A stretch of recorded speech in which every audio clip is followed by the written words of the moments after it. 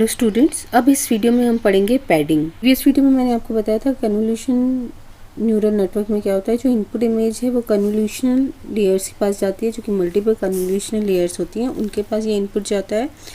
Convolution operation apply होता है, फिर जो आउटपुट जनरेट होता है वो मैक्स पूलिंग के पास जाता है। इस वीडियो में हमने ये भी देखा था कि जब हम कन्वोल्यूशन ऑपरेशन परफॉर्म कर रहे हैं किसी इमेज पे, जैसे 7x7 की इमेज है, इनपुट इमेज 7x7 के साथ कन्वोल्यूशन ऑपरेशन परफॉर्म कर रहे हैं 3x3 फिल्टर का, तो उस केस में जो फीचर मैप जनरेट हो रहा है वो हो रहा है 5x5 का। इसका मतलब है कि जो आउटपुट है उसकी साइज रिड्यूस हो जा रही है इनपुट से, यानी कि कुछ फीचर्स जो हैं वो डिस्कार्ड किए जा रहे हैं यूजिंग फ़िल्टर। तो अगर हम चाहते हैं कि जो ये इंफॉर्मेशन लॉस हो रहा है ये नहीं हो, तो उस केस में हमें किसका यूज़ करना पड़ता है, पैडिंग का। और एक चीज़ आपको और याद रखनी है कि जो कन्वोल्यूशन न्यूरल नेटवर्क है उसका एडवांटेज क्या है कि ये वेट शेयरिंग करता है।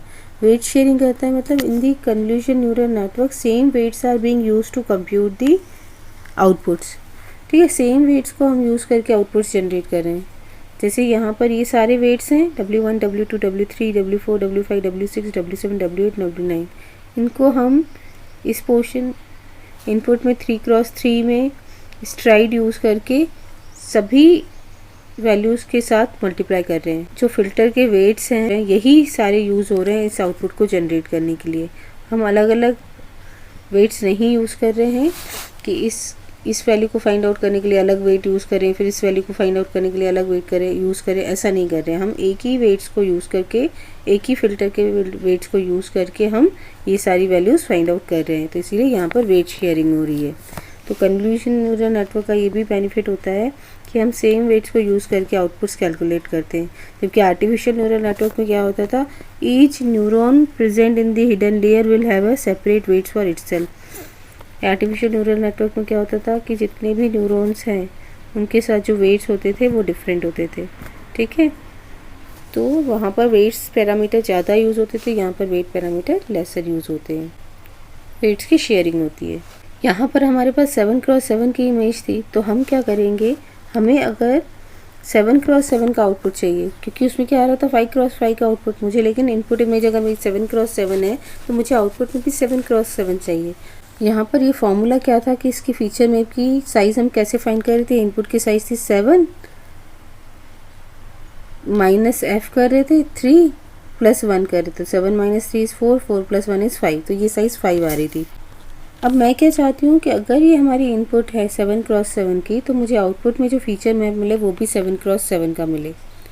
तो हमें क्या करना होगा, एक्स्ट्रा बिट्स को ऐड करना होगा इनपुट में, जिससे इसकी साइज़ जो है हमें जो ओरिजिनल साइज़ है इमेज की 7x7 उसमें मिल जाए। तो हमें यहाँ पर पैडिंग करनी होगी, 0 की। यहाँ पर हमने p=1 लिखा है, इसका मतलब है कि हम एक एक्स्ट्रा रो टॉप में, एक एक्स्ट्रा रो बॉटम में, एक एक्स्ट्रा कॉलम लेफ्ट में और एक एक्स्ट्रा कॉलम राइट में ज़ीरोस का ऐड कर देंगे इनपुट के साथ, जिससे उसकी साइज़ अब क्या हो गई 9x9। पहले क्या थी 7x7, और अब इमेज की साइज़ क्या हो गई 9x9, लेकिन ओरिजिनल हमारा इनपुट क्या था 7x7 का। तो हमने क्या किया, इनपुट विथ 0 पैडिंग, 0 वैल्यूज़ के साथ इनपुट को पैड कर दिया है। अब इस पर हम फ़िल्टर अप्लाई करेंगे तो हमें जो फीचर मैप मिलेगी उसकी साइज़ हमें क्या मिलेगी। देखो, इनपुट की साइज़ n की वैल्यू थी 7, p हमने क्या लिया है 1। फॉर्मूला इसका क्या होता है, n + 2p - f + 1। तो n की वैल्यू है 7, 2 × p यानी कि 2 × 1 -3 फिल्टर साइज +1। तो ये कितना हो जाएगा, 7 + 2 -3 + 1, तो ये हो जाएगा 10 - 3 यानी कि 7। तो हमें जो फीचर मैप की साइज़ मिलेगी वो क्या मिलेगी, 7x7। तो बेनिफिट क्या हो रहा है पैडिंग करने से, जो इनपुट इमेज है सेम उसी साइज़ का हमें फीचर मैप मिल रहा है, तो कोई भी इंफॉर्मेशन अब लॉस नहीं होगी। तो पैडिंग क्या होता है, convolution operation reduces the size of image, that means spatial dimension decreases losing some information. तो कन्वोल्यूशन ऑपरेशन जब हम अप्लाई करते हैं तो वो क्या करता है, साइज़ ऑफ इमेज को रिड्यूस कर देता है, यानी कि उसके स्पाशियल डायमेंशन को रिड्यूस कर देता है। जैसे हमने देखा इनपुट 7x7 का था तो फीचर मैप 5x5 की मिली थी, तो उसकी वजह से क्या हो रहा है, इंफॉर्मेशन का लॉस हो रहा है। As we keep applying convolutional layers, the size of the volume और feature map will decrease faster. Convolution layer नहीं होती है, मल्टीपल कन्वोल्यूशन लेयर्स होती हैं, यानी एक आउटपुट जो कन्वोल्यूशन लेयर ने जनरेट किया है वही आउटपुट दूसरी कन्वोल्यूशन लेयर के पास जाता है, फिर इसने जो आउटपुट जनरेट किया है वो थर्ड कन्वोल्यूशन लेयर के पास जाता है। तो जैसे जैसे हम कन्वोल्यूशन लेयर्स अप्लाई करते जाते हैं वैसे वैसे size of the feature map decrease होती जाती है फास्टली। तो zero padding allow us to control the size of the feature maps. तो ज़ीरो पैडिंग की हेल्प से हम size of the feature map को कंट्रोल कर सकते हैं। Padding is use to make the output size is same as the input side. और padding की हेल्प से हम output size of the image को सेम कर सकते हैं इनपुट साइज से। पी यहाँ पर क्या है, पैडिंग अमाउंट है, नंबर ऑफ रोज और columns that will be insert in top bottom left and right of the image. जैसे हमने p इक्वल्स टू 1 रखा था, एक एक रो जो है वो टॉप और बॉटम में ऐड हो रही थी और एक एक कॉलम जो है वो लेफ्ट और right side of the image add हो रहे थे।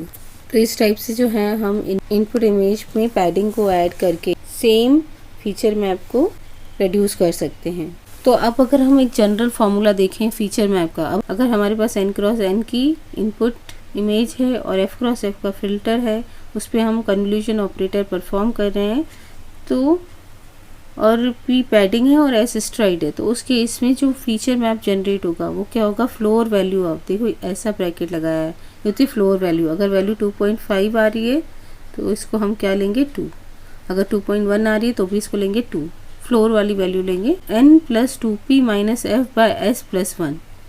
ठीक है, ये फॉर्मूला अप्लाई करना पड़ेगा आपको, जिसके थ्रू आप फीचर मैप की साइज को कैलकुलेट कर सकते हो। ठीक है, सपोज करो n यहाँ पर जैसे हमने देखा था 7 था और f इक्वल टू क्या था 3 और पैडिंग क्या है 1 और स्ट्राइड भी है 1, तो ये क्या हो जाएगा 7 plus 2 minus 3 by stride is 1 of 1, तो ये क्या हो जाएगा 7 plus 2 is 9 minus 3 is 6 plus 1 is 7।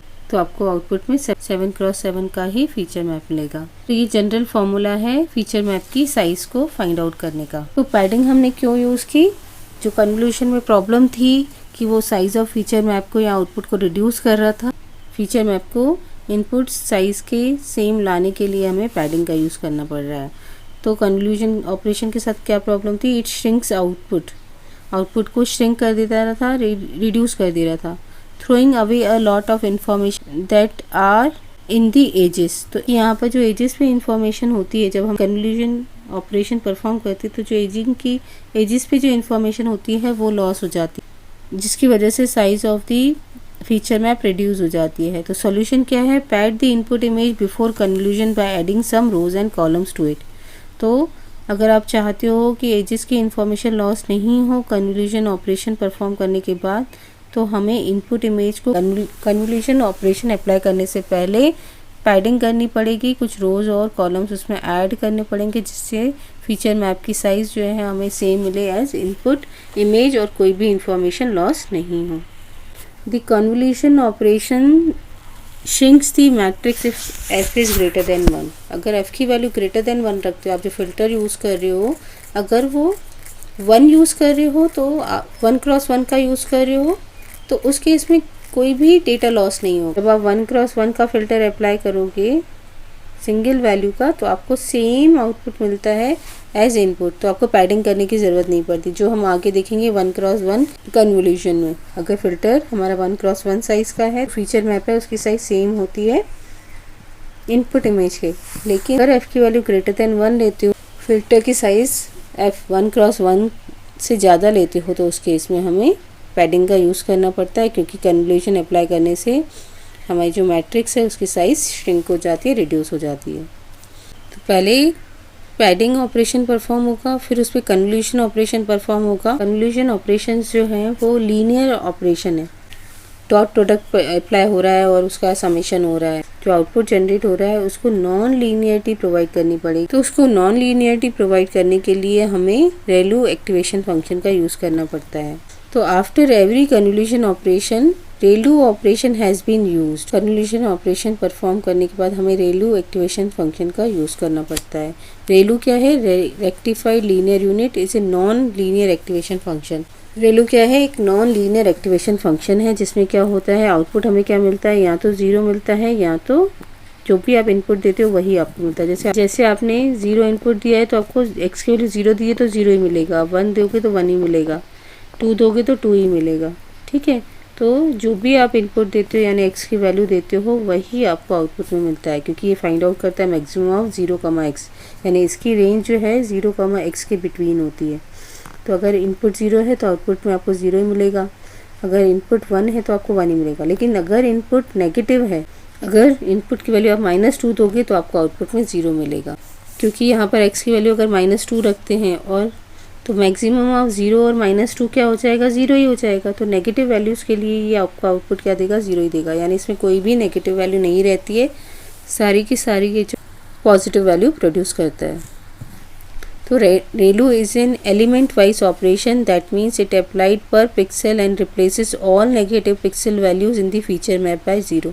तो रेलू क्या है, एक एलिमेंट वाइज ऑपरेशन है, वो क्या करेगा, अप्लाइड होगा पर पिक्सल ऑफ फीचर मैप, और जो इतनी भी नेगेटिव वैल्यूज होंगी उनको रिप्लेस कर देगा 0 से। After applying convolution operation, feature map में पॉजिटिव और नेगेटिव वैल्यूज दोनों हो सकती है। तो रेलू फंक्शन क्या करता है, एलिमेंट वाइज वर्क करता है। ये 1 है तो ये पॉजिटिव है तो एज इट इज़ रहेगा, ये नेगेटिव है तो इसको क्या कर देगा 0, ये पॉजिटिव है तो ये एज इट इज़ रहेगा, ये नेगेटिव है तो 0 हो जाएगा, ये भी 0 हो जाएगा और 1 का 1 रहेगा, यहाँ पर 1 1 रहेंगे और 5 -5 की जगह 0 आ जाएगा। तो convolution is a linear operation, non linearity is produced by using a non linear activation function like ReLU. तो कन्वोल्यूशन ऑपरेशन जो कि एक लीनियर ऑपरेशन है, तो उस केस में उस आउटपुट को जो फीचर मैप आया है उसको नॉन लीनियरिटी प्रोवाइड करने के लिए हमें नॉन लीनियर एक्टिवेशन फंक्शन, यहाँ पर रेलू एक्टिवेशन फंक्शन का यूज़ किया जाता है।